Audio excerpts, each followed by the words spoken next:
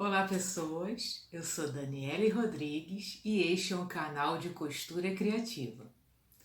Neste vídeo eu vou mostrar para vocês como eu faço quilting livre, que é este aqui. Esta peça faz parte de uma bolsa que eu vou mostrar como eu faço, mas em um outro vídeo. Então, se inscrevam no canal e ativem as notificações. Foco neste momento é mostrar os conhecimentos básicos que eu tenho sobre o assunto e aplico nas peças de costura criativa que eu produzo. Então eu não tenho a pretensão de me aprofundar no assunto, até porque eu não tenho o domínio da técnica, apenas conhecimentos básicos. E agora, vamos costurar!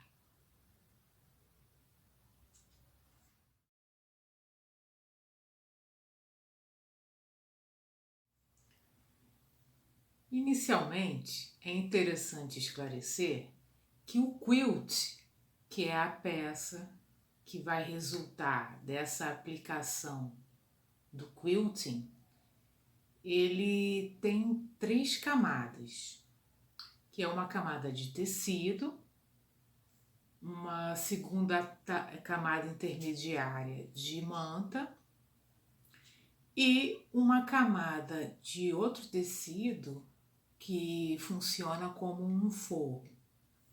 Então, são 3 camadas. Porém, aqui neste trabalho, como eu vou utilizar a peça para a confecção de uma bolsa, eu estou utilizando apenas 2 camadas, que é a camada do tecido externo da bolsa com uma camada de manta. A intenção é que o forro ele fique destacado na bolsa, né, na parte interna da bolsa, mas destacado da parte externa.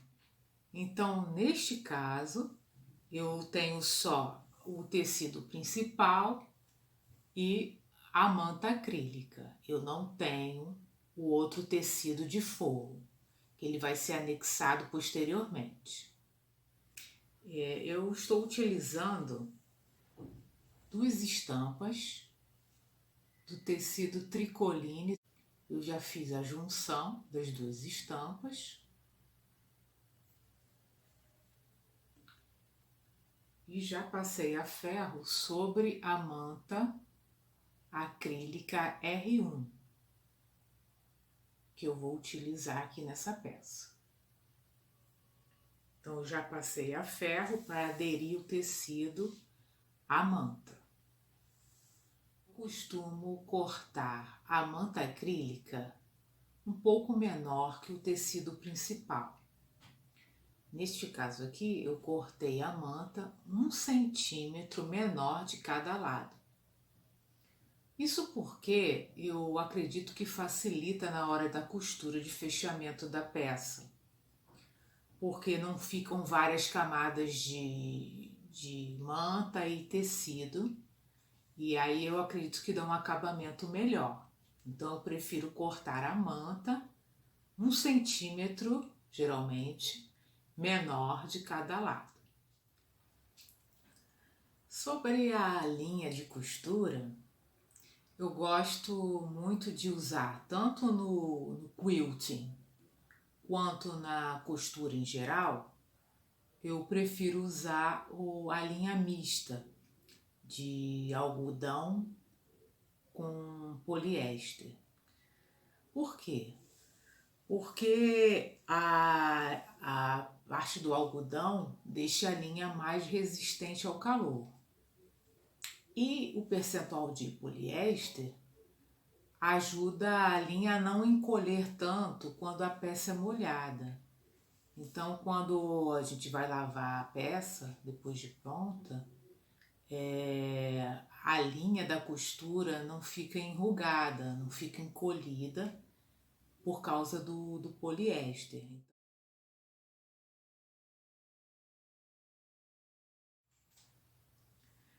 Antes de começar o processo de quilting, eu faço algumas alterações na máquina de costura.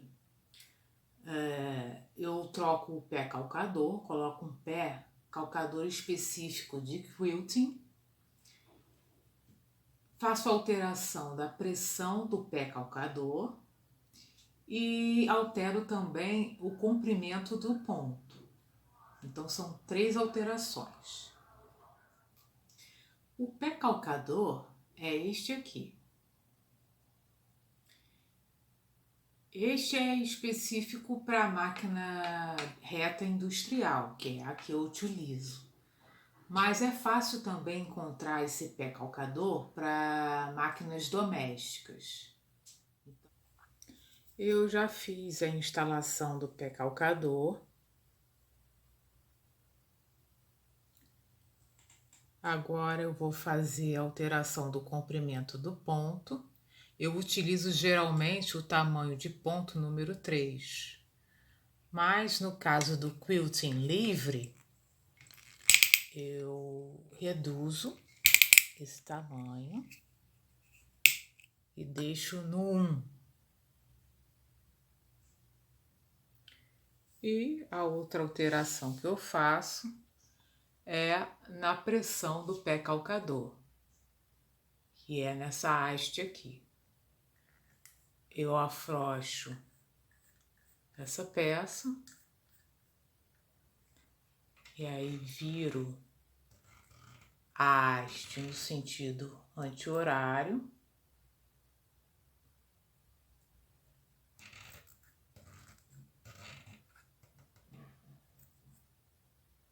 E quando eu chego no nível de pressão que eu quero, eu aperto novamente essa rosca.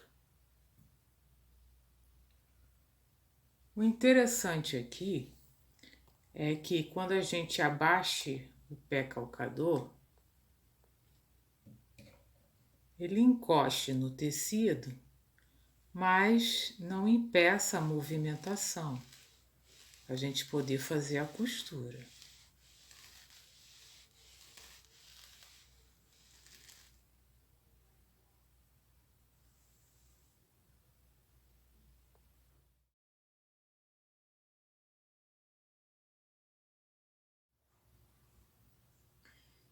Para começar o quilting, eu coloco o tecido na diagonal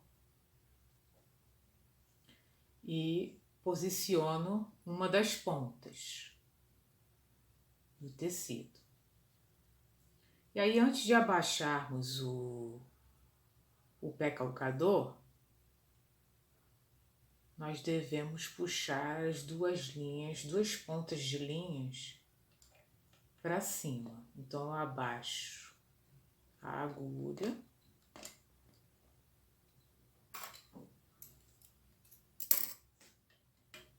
e puxo as duas pontas, que a gente vai fazer um arremate.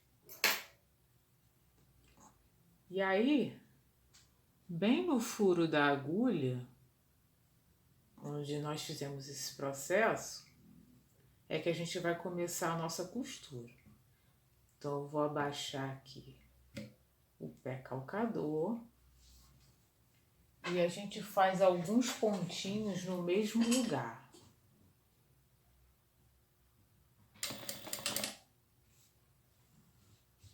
E aí a gente pode começar o nosso caminho.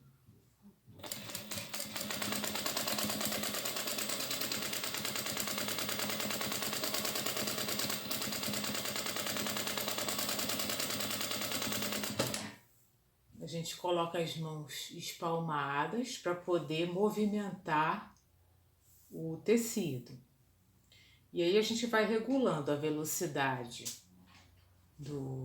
da costura e os movimentos. Para quem não tem muita prática, é bom começar bem lento. Aí depois que a prática for vindo, a gente pode ir aumentando essa velocidade.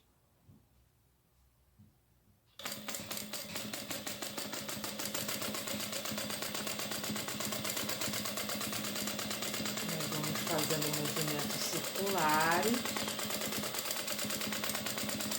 e sempre prestando atenção para as linhas não se cruzarem.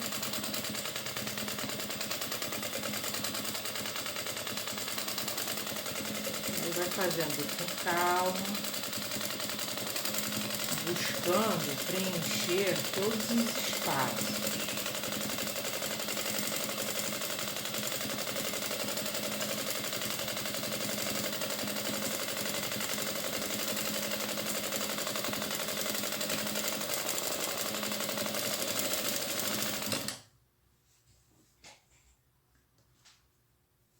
O trabalho vai ficando dessa forma, não sei se dá para ver.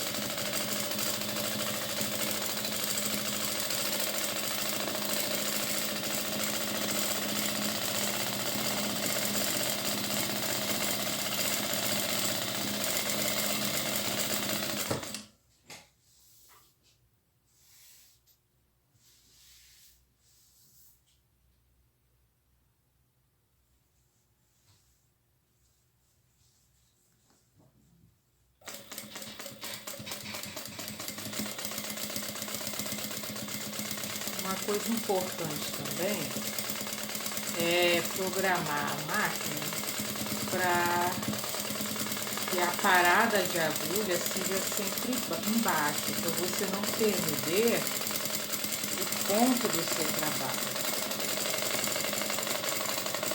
Porque quando você dá essas paradas para fazer algum ajuste,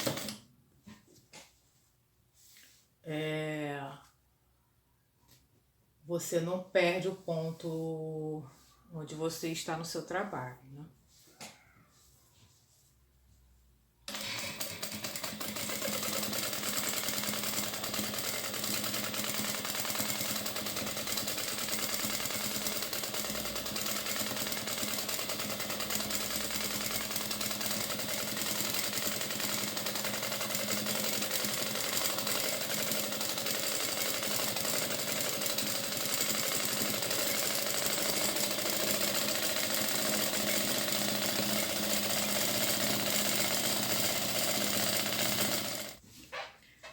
Outra dica que eu dou é tentar manter o mesmo tamanho do padrão. Então, se você está fazendo ondulações, procure manter o mesmo tamanho. Não começar pequenininho, terminar grandão ou vice-versa. Então, tentar manter sempre uma continuidade.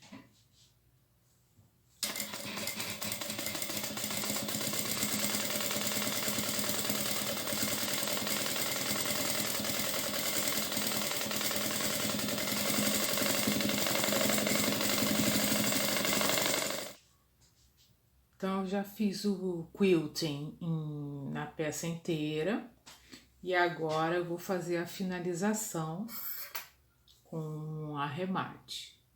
Na outra extremidade, nós começamos numa ponta e agora estamos terminando na outra extremidade. E aí eu faço um último movimento e aí na parte que eu quero finalizar, eu faço mais alguns pontos.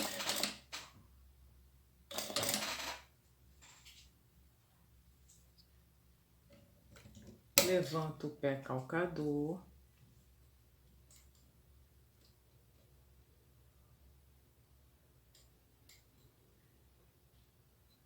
levanto a linha e faço o corte.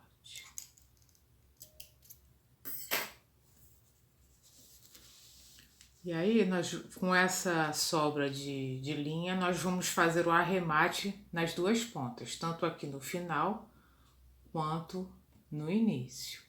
E aí, nós voltamos à parte inicial, nós tínhamos deixado as duas pontas da linha, e aí a gente vai fazer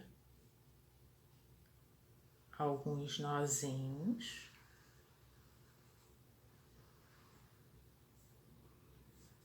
Para fazer o arremate. Uns 3 ou 4 nós.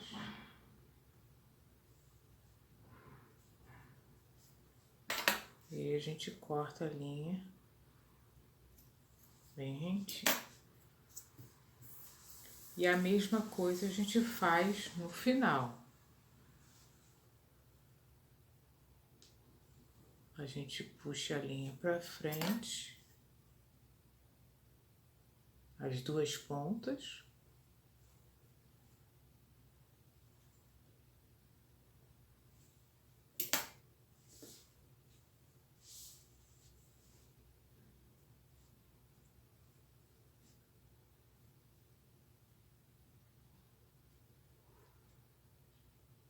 Sendo que aqueles pontos iniciais e os pontos finais que a gente dá no mesmo furo da agulha, isso já dá um arremate, mas a gente faz assim para dar uma maior segurança.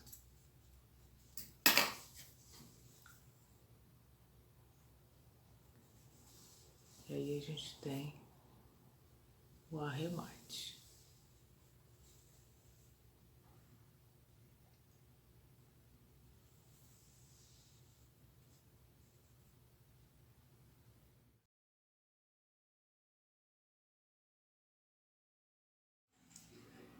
Então, este aqui é o resultado.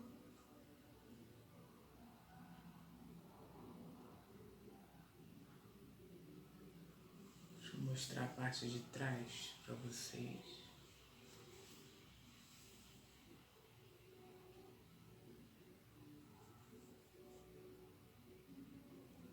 Notem que eu tentei manter um tamanho padrão em toda a peça para uma questão de estética, né?